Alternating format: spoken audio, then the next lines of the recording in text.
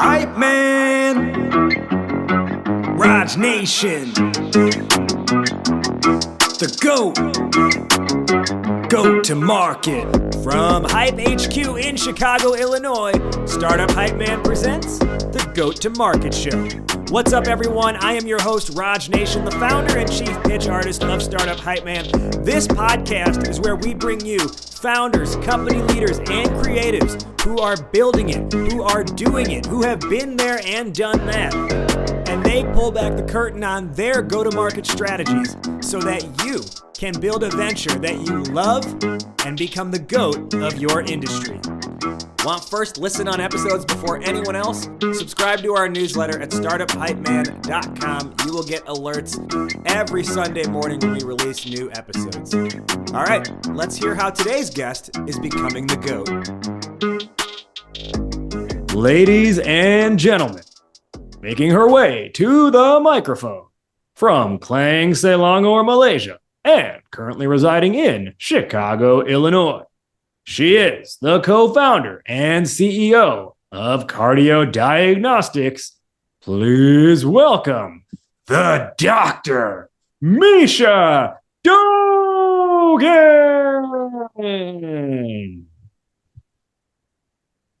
Hi, thank you for having me. Welcome. Thank you for being here, Meesha. Excited to have you. As I mentioned, she is Meesha Dogan, PhD, co-founder and CEO of Cardio Diagnostics. What is Cardio Diagnostics? Well, they believe that heart disease prevention rather than treatment should be the norm. And they empower you to take control of your heart health through their machine learning, AI, and DNA-based solutions.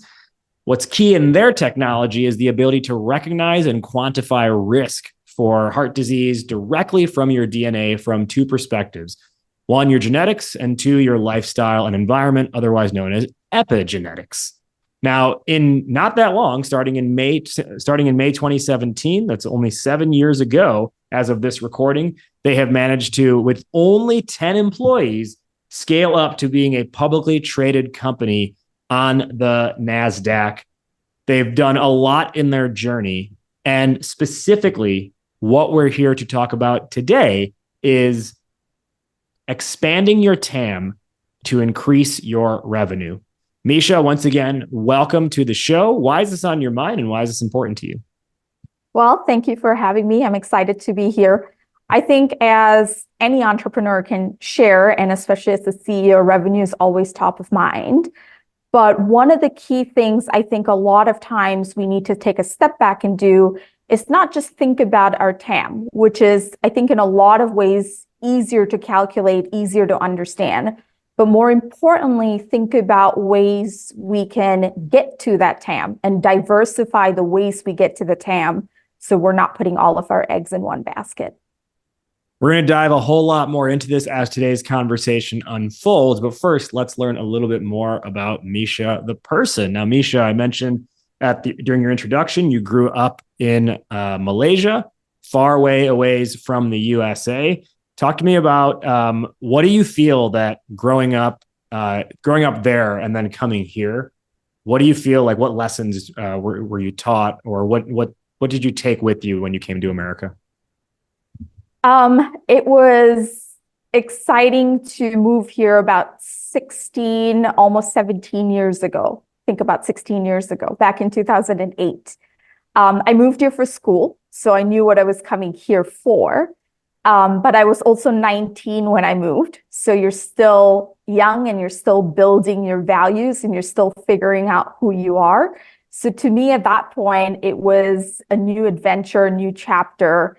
But I think I brought the most from my family, and I hate to say this because I think it stereotypes Asian families, but my family told me to make sure I go there, put my head down and study really hard and get good grades and focus on the task at hand. And so that really helped at least to focus and get what I was there done, but also be able to explore new things away from family that, you know, when you live with your parents and your family, it's just not as easy to explore and go out and do what you feel like doing or learning. So that was a fun time. Well, and as we talk about going out and exploring and learning and doing, one of the things I found in my research was, so you went to the University of Iowa, and while you were there, you actually did a project where you conducted an analysis of the top party schools, specifically using Twitter data. Talk to us about how you came up with that idea for a project. Was it a group project, and what actually went into that?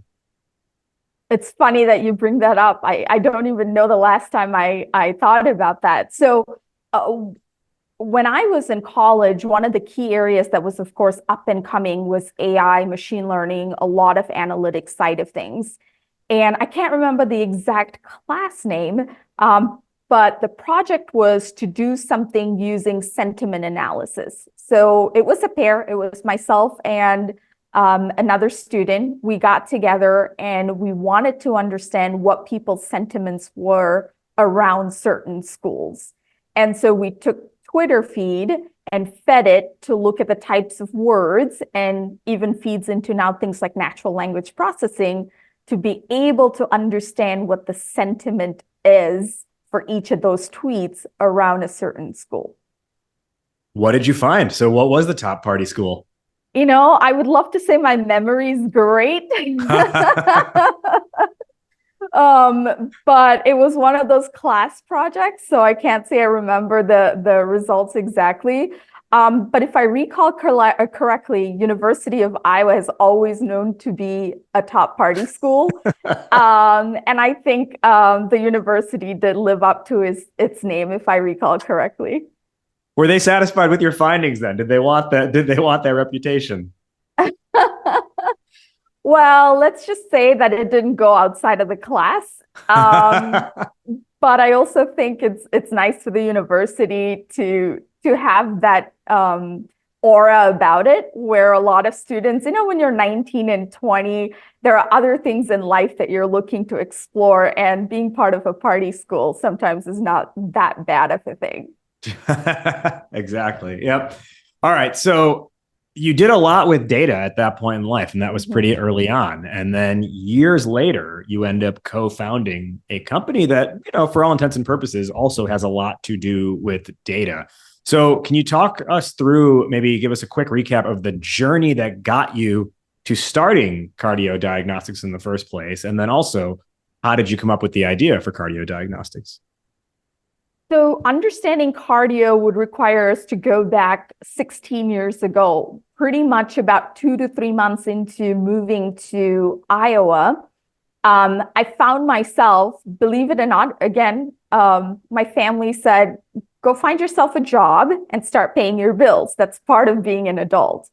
And so I was looking for a position, and I came across this research position. So I'd be a work study. And I learned about this fascinating field called epigenetics. I've never heard about it, never learned about it in high school. And this was my freshman year in college. And what it really taught me and really opened my eyes to was that complex diseases like heart disease actually largely comes from our lifestyle and environment. In fact, about 80% of it comes from our lifestyle and environment.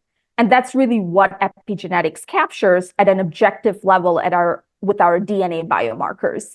And for me, that was very fascinating because I come from a family with 2 generations history of heart disease.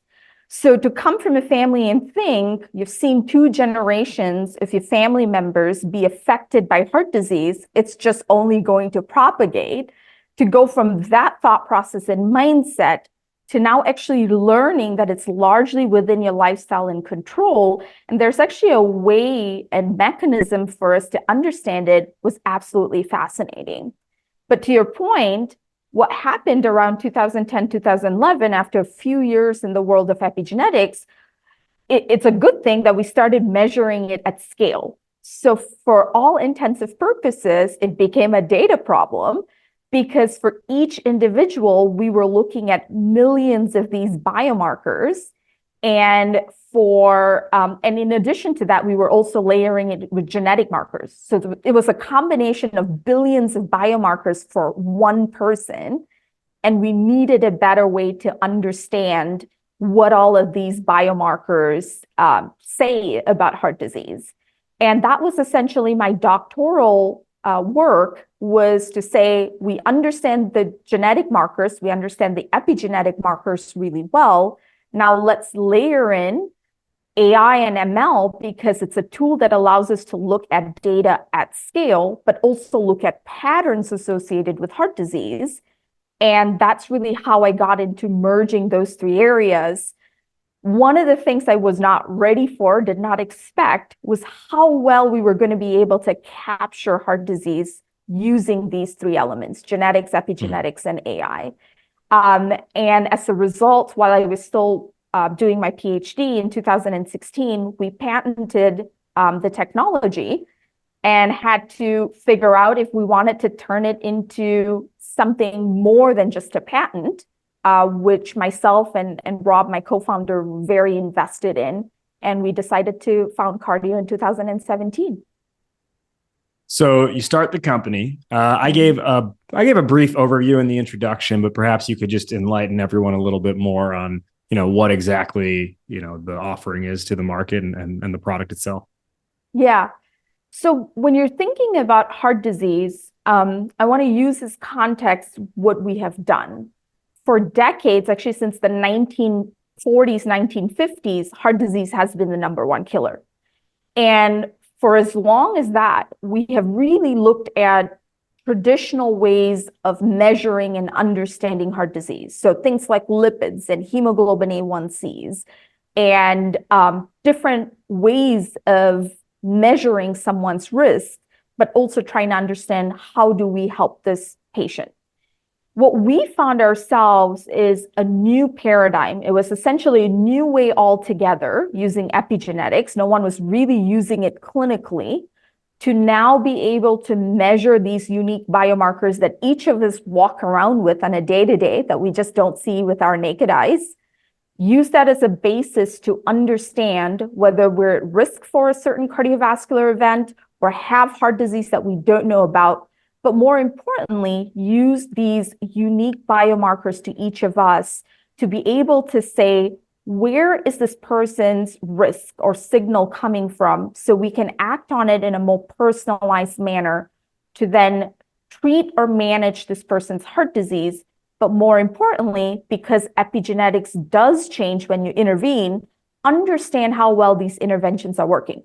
So we really found ourselves in a space where we're able to address that cardiovascular care continuum, from the start of assessing risk and detection to the middle of figuring out how can we personalize care, and then following up with information to monitor a specific patient.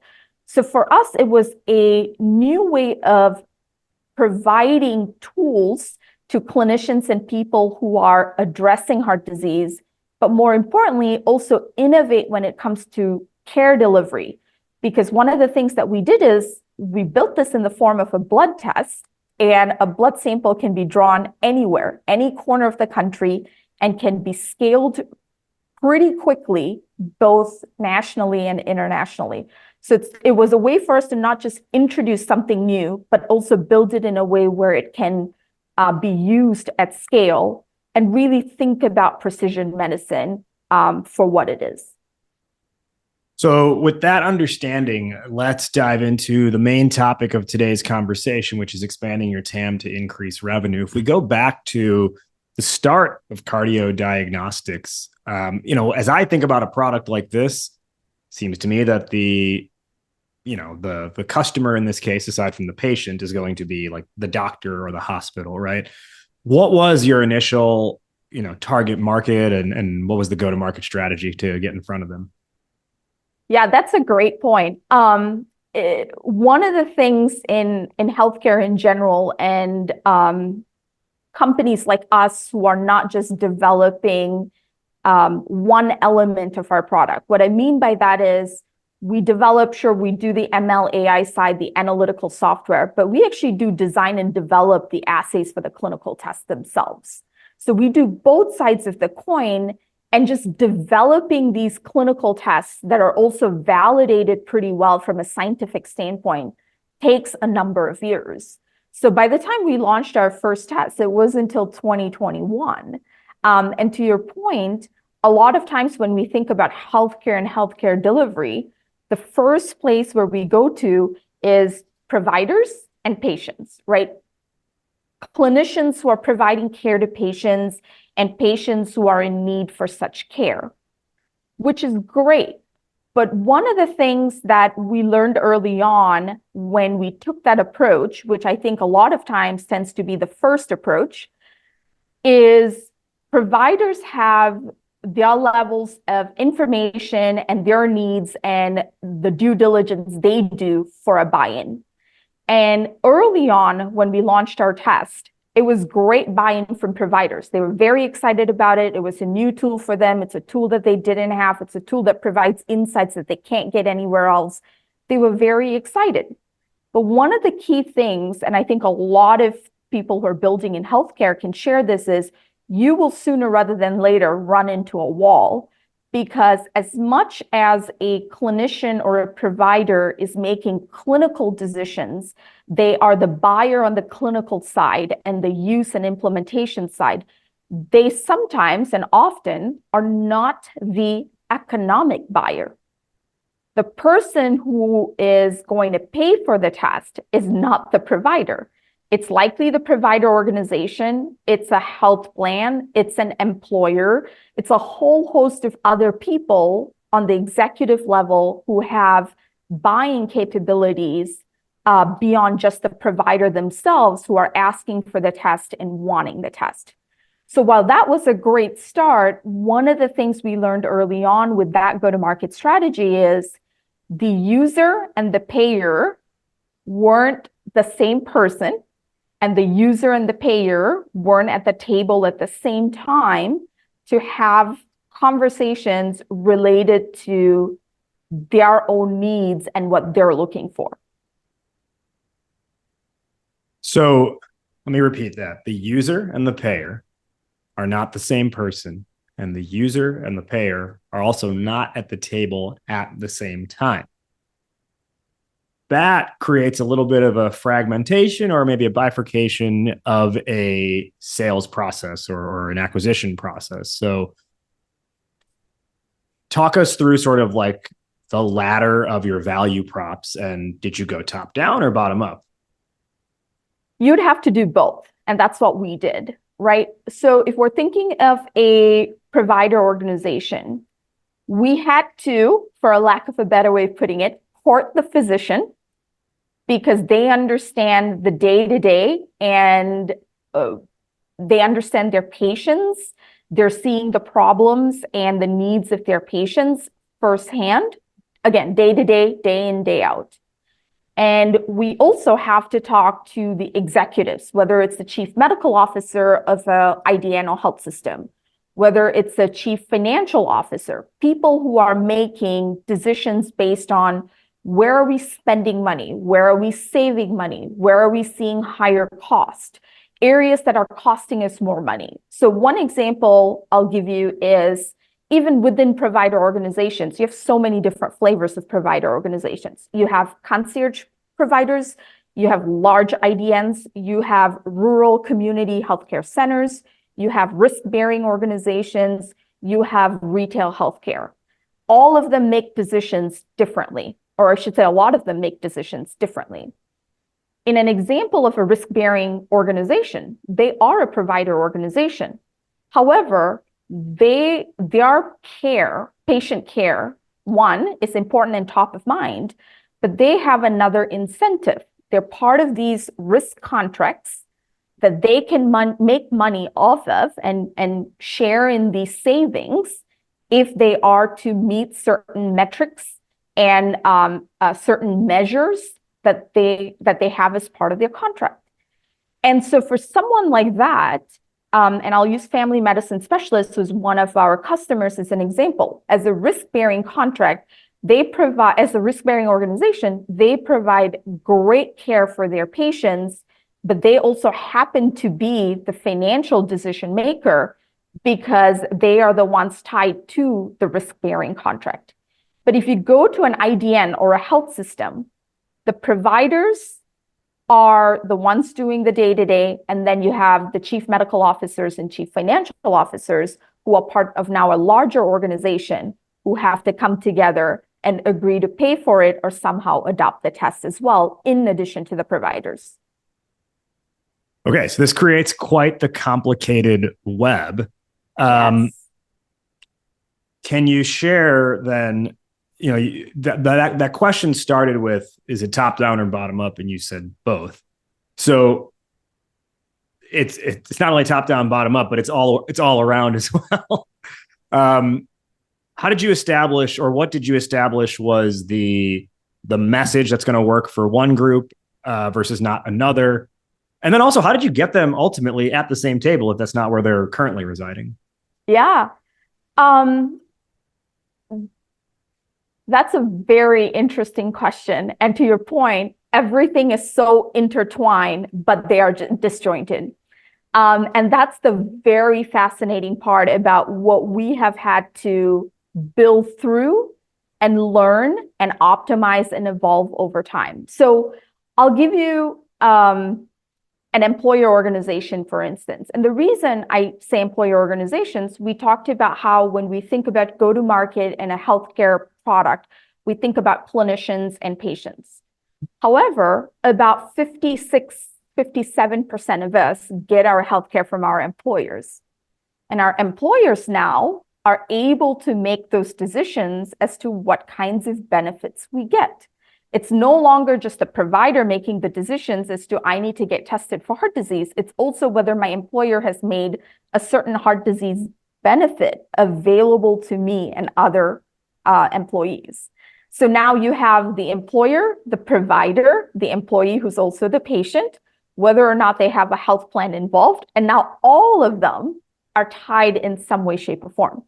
So using employer as an example, we go to the employers themselves. And I also want to, not to make this any more complicated, but we know that not all employers are equal. There are small employers, there are medium-sized employers, there are large employers, there are self-funded employers, there are employers who get their insurance through the usual Blue Cross Blue Shield, Cigna, Aetna. So you have all of these different flavors. So for us, the segmentation then becomes more important. So instead of just saying, let's just go to all employers because 60% of us get our healthcare from our employers.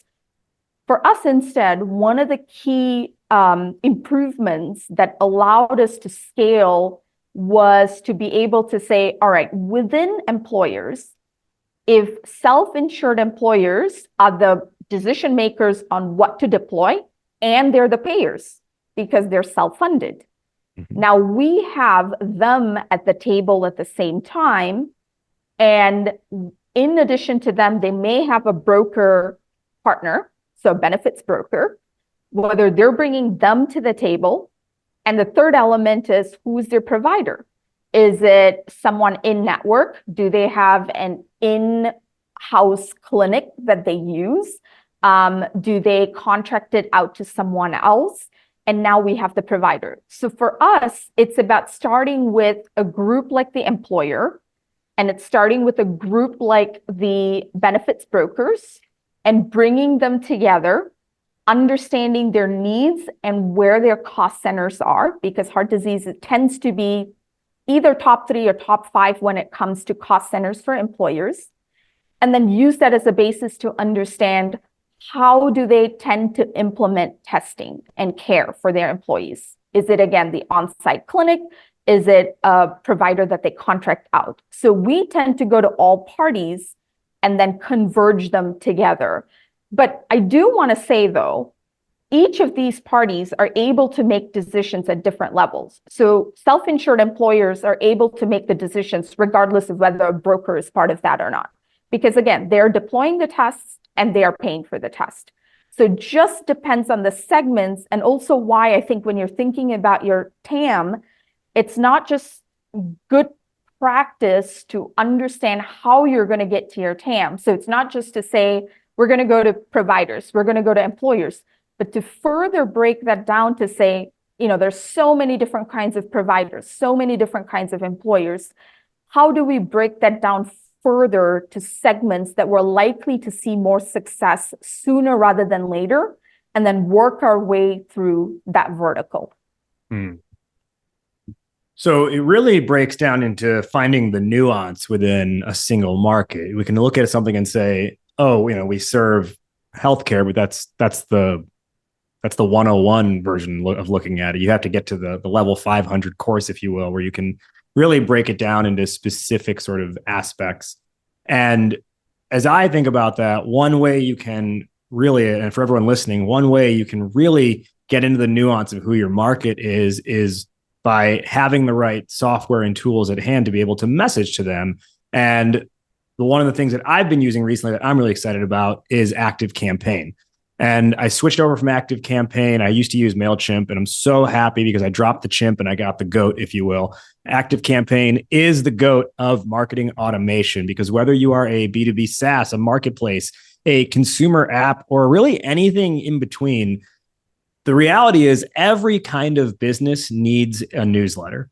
And your newsletter can do a lot for you if you use it the right way. You can, in fact, segment out and message, give one message to one group of people on your list and another message to a different group of people on your list. And I'll tell you, having used ActiveCampaign for about 2 months now, from setup to send, every newsletter we have published has been a 10x easier experience since we did switch to ActiveCampaign. There's tons of integrations.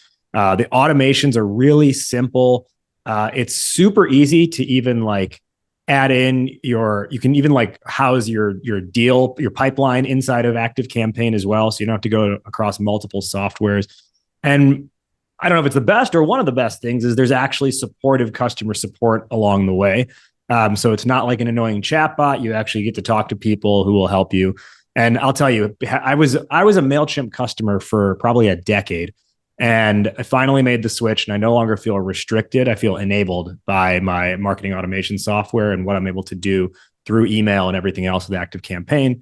Not to mention, I'll tell you, the biggest hurdle I always think about when it comes to switching softwares is I have so much stored in this old thing. I don't even want to take on the burden of figuring out how to get everything in the new thing. ActiveCampaign made the data migration from MailChimp so quick and easy. I'm not kidding. I had to ask multiple times what more I was supposed to do along the way, because it really was that painless. And they kept replying no, you're good. We've got it covered. So whether you're on MailChimp, whether you're using HubSpot or any of the other ones, or if you don't even have one yet, you want to start using ActiveCampaign, and you can get your free 2-week trial by heading to the link inside of this episode description. You'll get a 2-week trial of ActiveCampaign. And you're going to like the pricing structure after that as well. And you can get access to that 2-week trial specifically by clicking the link inside of this episode description. Now, Meesha, coming back to our conversation and that idea of how you're segmenting your market, one of the challenges with that level of segmentation is staying on top of the segmentation and the diversifying, right? So how have you approached, let me put it a different way. It's hard enough to message one thing to one target audience.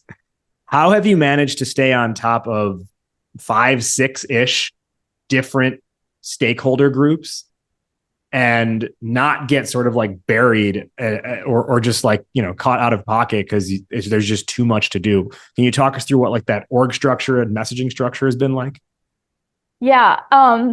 We'd love to think ourselves largely as a tech company as well. And we always tell our team that software is there to 10x what we do on a day-to-day basis, especially if you're repeating something over and over again. So one of the things that we tend to do is layer in things that are scalable with ones that are not scalable.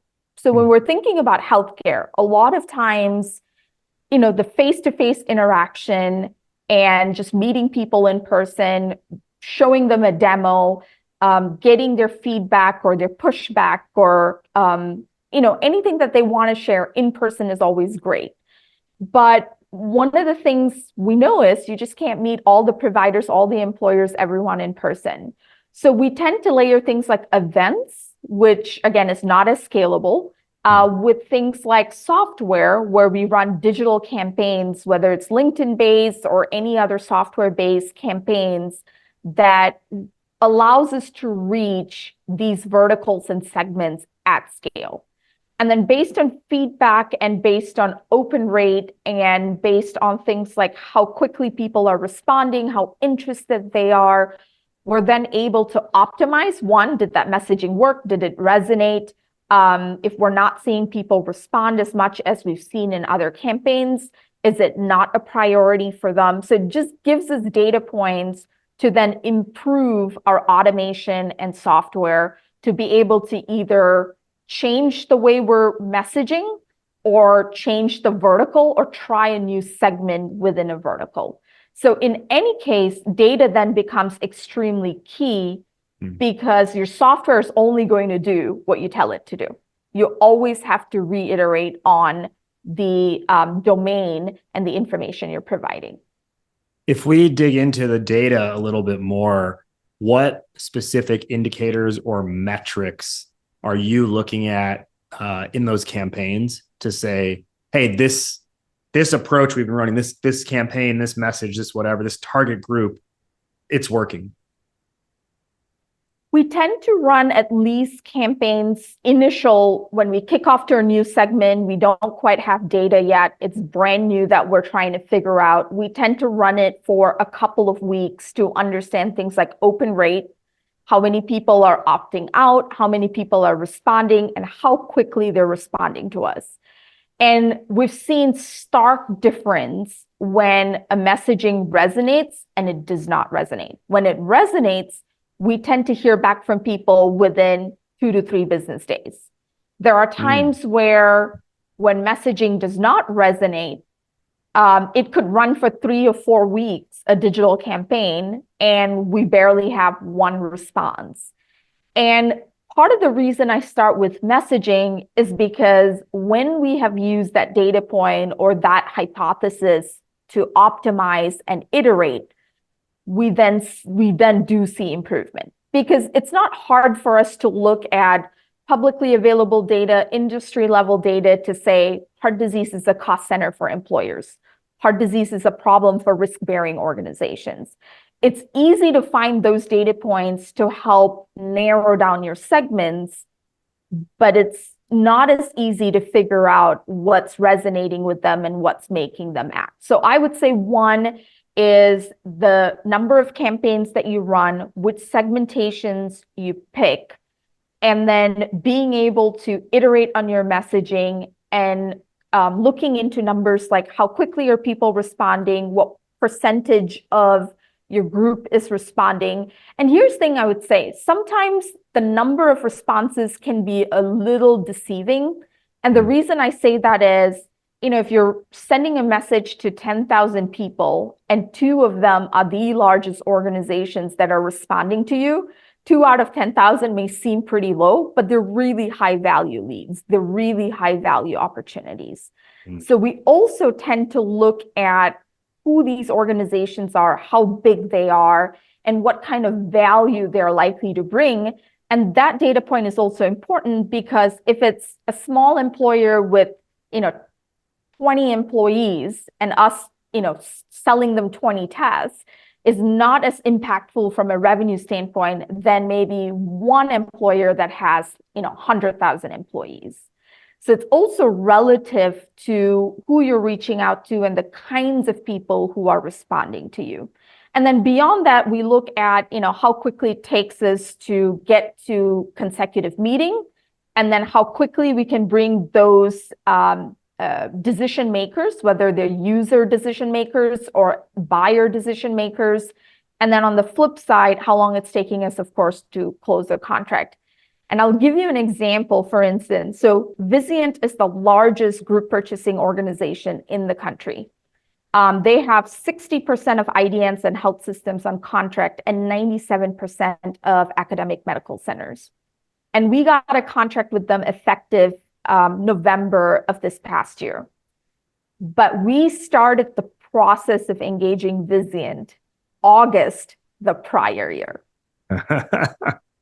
So over a year, but the impact, them being the largest group purchasing organizations organization, and cardio now being on contract with 60% of IDNs and health systems and 97% of academic medical centers. That's huge. Imagine if we had to get our sales force to go out to 60% of IDNs and health systems and 97% of academic medical centers one at a time, right? So it's also about thinking creatively about aggregators of different groups and verticals that you're working in.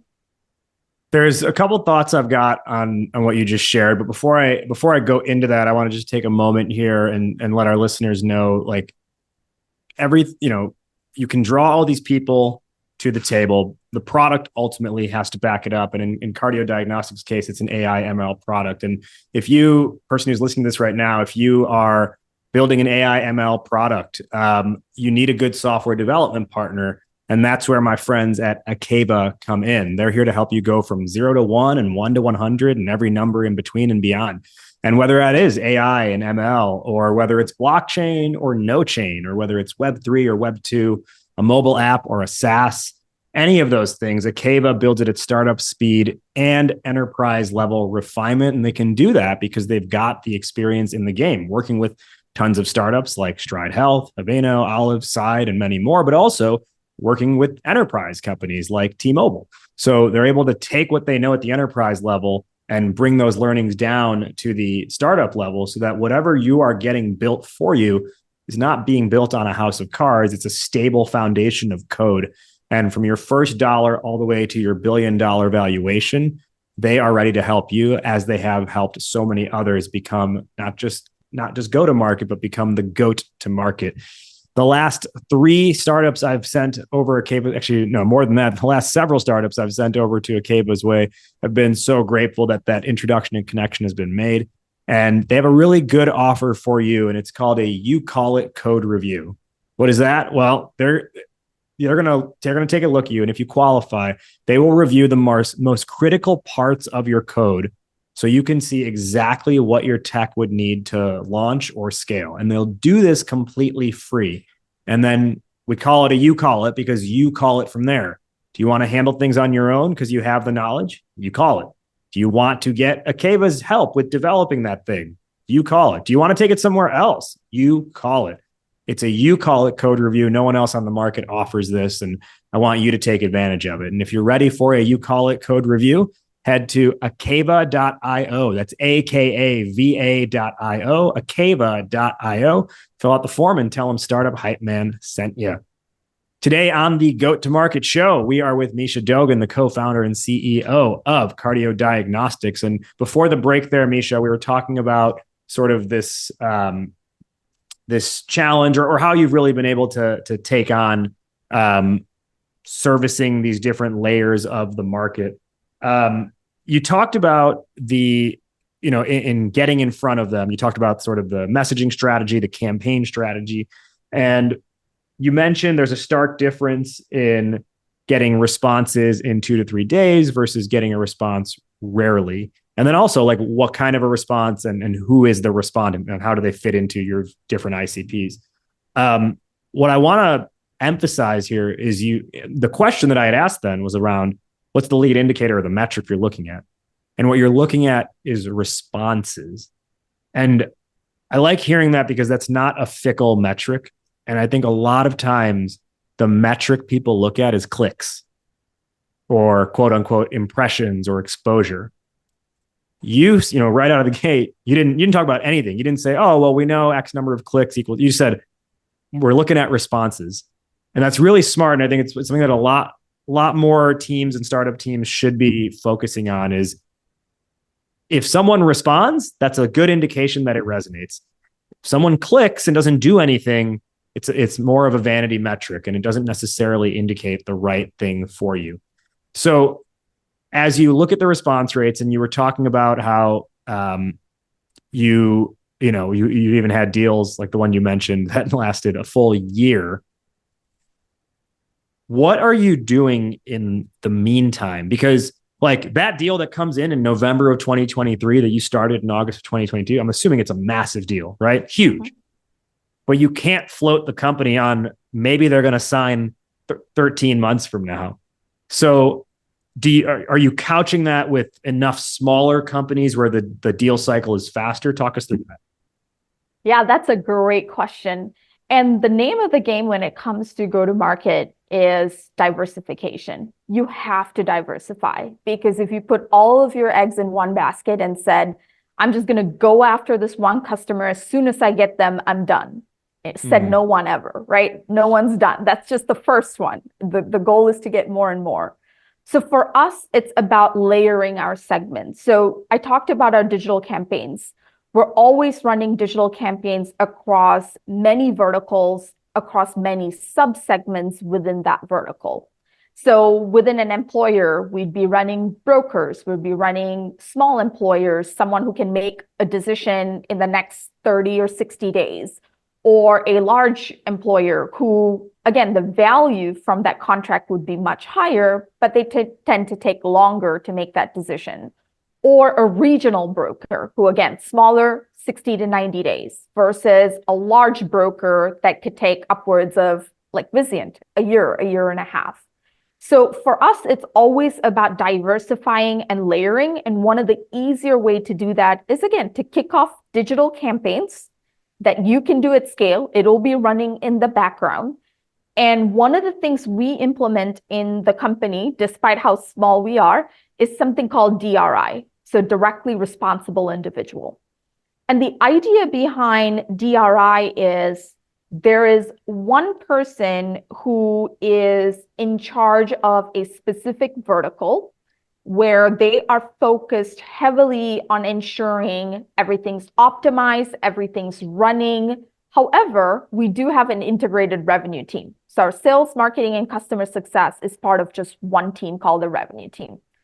And they do get feedback and they have dependencies from others on the team, but they tend to be directly responsible to ensure every element of a certain campaign or a certain vertical is going well. So that allows them to focus on and launch many different things and then triage the responses as they come in. And we tend to, largely, if you're thinking about it, we focus on providers, we focus on employers, we focus on correctional facilities, we focus on health plans, and these are pretty large segments. And within that, we break it down into subsegments that people then follow up and make sure that we are heading in the right direction, things are running well, and it's a well-oiled machine. DRI, directly responsible individual. I have so many more questions I would love to ask, but we're running out of time. So let's head to our wrap up. First off, Meesha, where can our listeners find you and learn more? I would say LinkedIn would be the best place to find me. And if they would love to hear and learn more about Cardio Diagnostics, we're at cardiodiagnosticsinc.com. And we'll drop her LinkedIn profile URL in the episode description. Meesha, through your journey, who is one person you want to shout out who's been helpful to you? Wow, picking one person is always hard, isn't it? I will say, actually, it's my husband.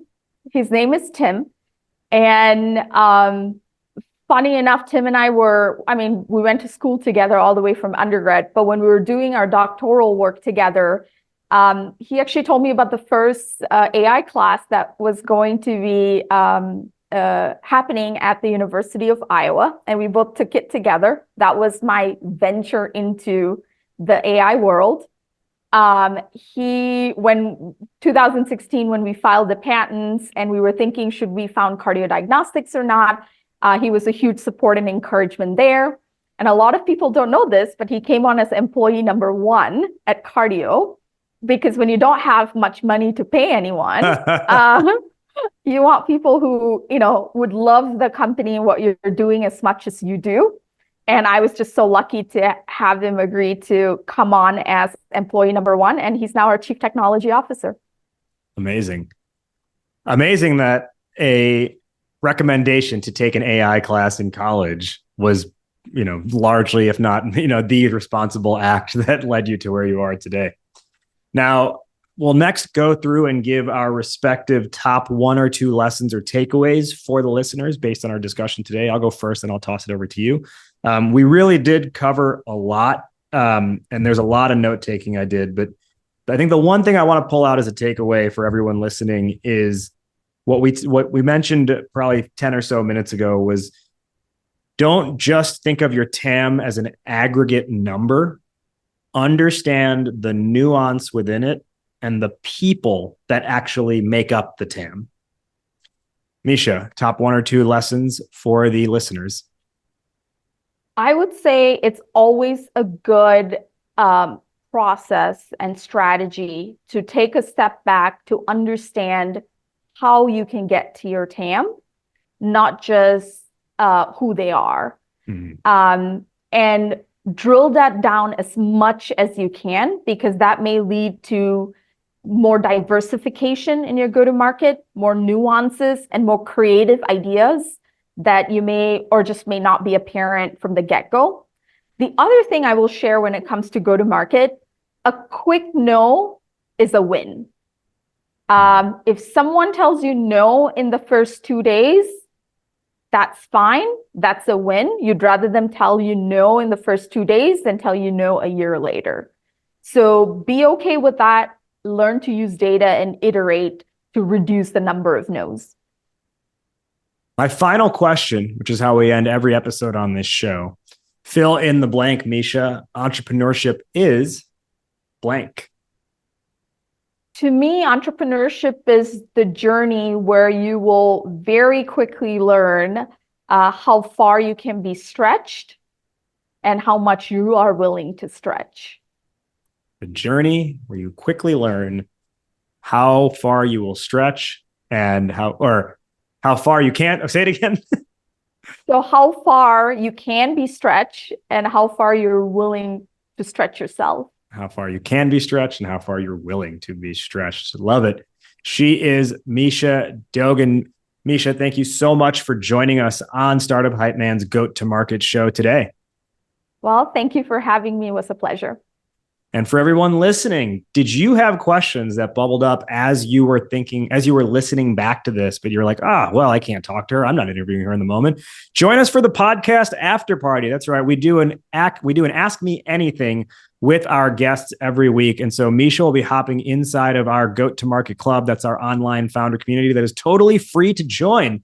And she'll be doing an Ask Me Anything all week. That's the week this episode airs. So hop on in there, ask her your questions, and she will be answering those in our after party. It's the podcast AMA going on the whole week that this episode initially airs. We will catch you next time on I should probably tell you as well to get in on that. The URL is startuphypeman.com/GTM-club. Startuphypeman.com/GTM-club. That does it for this episode, but we will catch you next week on Startup Hype Man's Goat to Market show. That'll put a bow on this one. Before we head out of here, a couple quick housekeeping items. Number 1, did you like what you heard? Well, give us a subscribe and a follow. Maybe share it with one friend who you think would find this valuable. Number 2, remember that Ask Me Anything I told you about at the end of the episode? That goes down exclusively inside of Goat to Market Club, our online founder and startup community, and you can access it for free. And your membership is 100% free at startuphypeman.com/GTM-club. Number 3, need pitch help? Startup Hype Man is your man. Whether it's a fundraising narrative or a go-to-market or category narrative, we've got you covered to make sure you have messaging that doesn't help you just go to market, but of course, what? Helps you become the GOAT to market. All right, we will see you next week here on the Goat to Market show. Thank you for listening. And remember, why be a unicorn when you can be the GOAT?